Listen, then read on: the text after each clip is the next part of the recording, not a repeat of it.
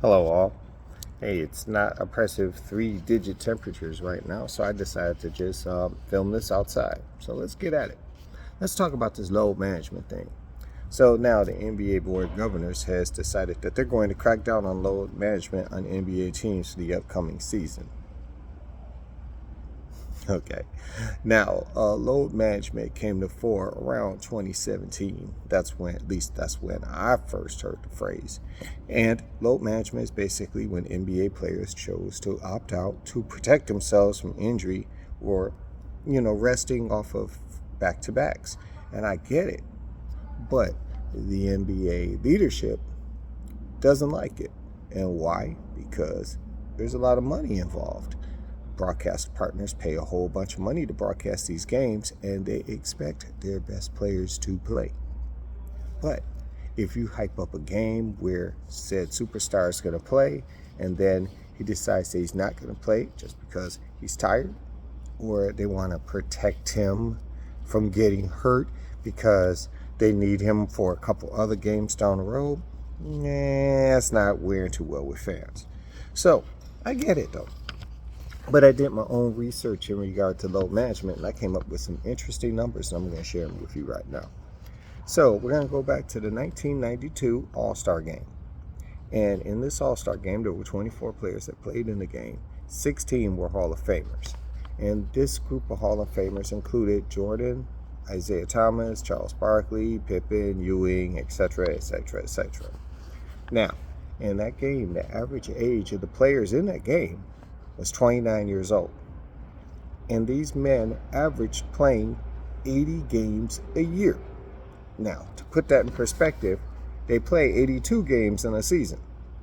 Now, out of those players, 8 of them played in every game that season, and an additional 6 players played between 80 and 81 games.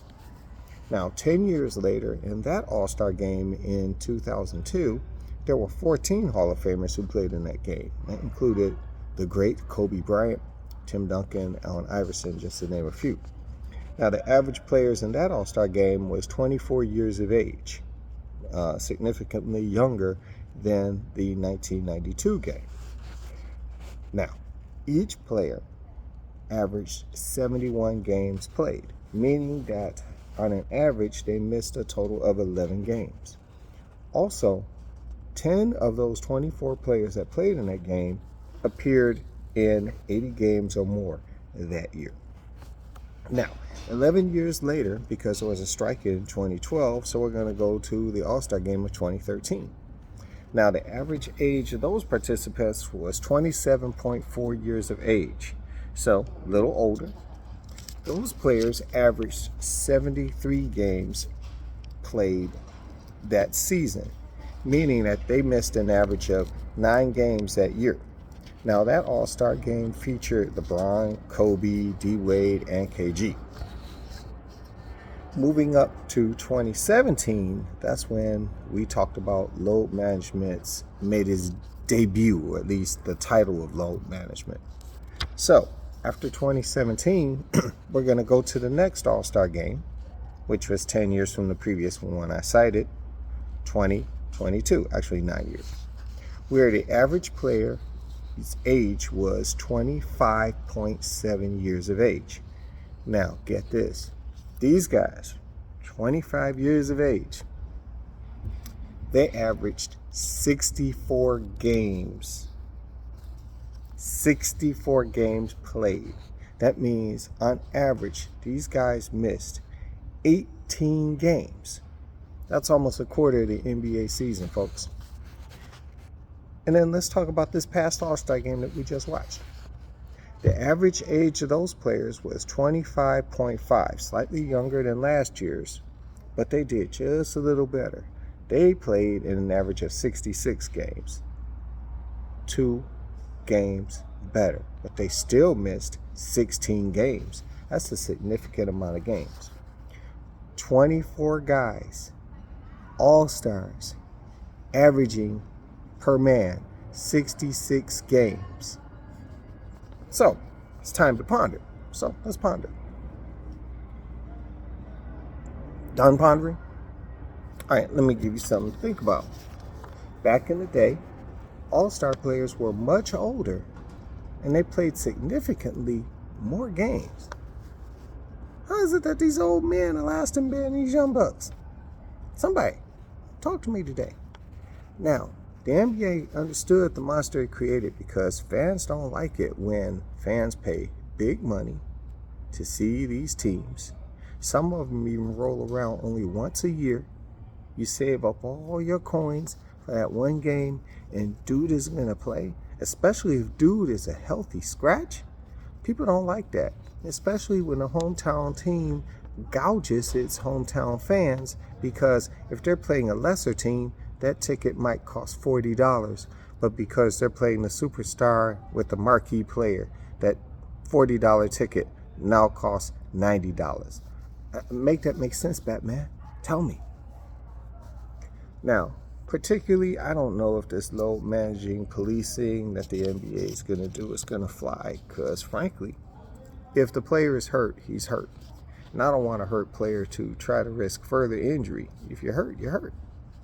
But I do find it rich, really rich, extremely rich, that my young friends on social media go sit up here and they talk about us old head players and that they were plumbers and they played against scrubs and they just disrespect the legends because they said that the competition sucked and all that other stuff. You know, it's really amazing how they have an opinion about something that they weren't even old enough to see because they weren't even born yet. But I digress. Now, for the record, and this is official, I do find it tough to compare eras because there's different rules for each era. Like back in the day, there wasn't a three-point line. Zone defense was fully outlawed. Hand checking is different. Players were coming straight from high school into the pros, and then they changed the rule back and forth. Of course, today's players have better nutrition. They have better medical advancements, etc. So today's athletes in theory should be better because it's called evolution. But there's one thing that the legendary Boston Celtic coach Red Auerbach once said. He said that the rim is 10 feet high, the court is smooth, and the ball is round. So one thing I can tell you about the old school NBA player, it seems to me that they played because they loved it. Yeah, they got paid, but they loved the game.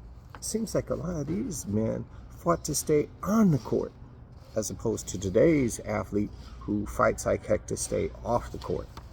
Personally, I'm questioning the love of the younger players because I don't know if they love the game.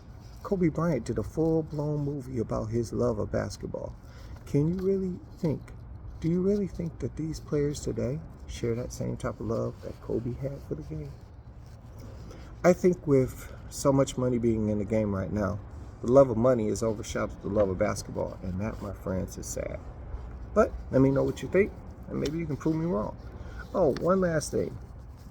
As an old school dude, I want to tell you guys right now that y'all need to start putting some respect on these legends' names, and y'all need to start putting some respect on old heads' knowledge of the game. And I'm going to tell you why. You can say what you want about old head players and what we say about our favorite players back in the day. But you know what? Every time our players played in a world championship or an Olympics, they came home with some type of medal around their neck. Hey, USA Basketball, y'all just played a tournament. We know you didn't win that gold, but what did you win? Did you bring home a silver? Maybe a bronze? Man, didn't you even get a participation certificate? Really? Let me tell y'all what y'all need to do instead of sitting up here criticizing these legends and calling them plumbers and trash and all that. What y'all need to be doing is, and I'm talking to these young players who are making all that money and doing all this talking. Instead of all that talking and flossing and all that other stuff, what y'all need to do, y'all need to get back to winning some world tournaments. Y'all need to get that American prestige back. That prestige that for years old heads built. Because losing a world championship on any level by the Americans, that was unheard of. Y'all need to get that back together. So y'all need to go get our prestige back, please. This is not the legacy that us old heads left you. And by the way, y'all sitting up here having conversations about quote unquote world championship. Let me tell you something. The NBA used to be looked at as the crown jewel. When you win an NBA championship, it was considered the world championship. When you go to the Lakers or you go to Boston and you look at those championships, they say world championships. World. Go get our prestige back, all right? Because that's not what we left you. So do me a favor. Less talk, more work. Go out there, play some doggone games for once, and get our prestige back. That's it. I'm out.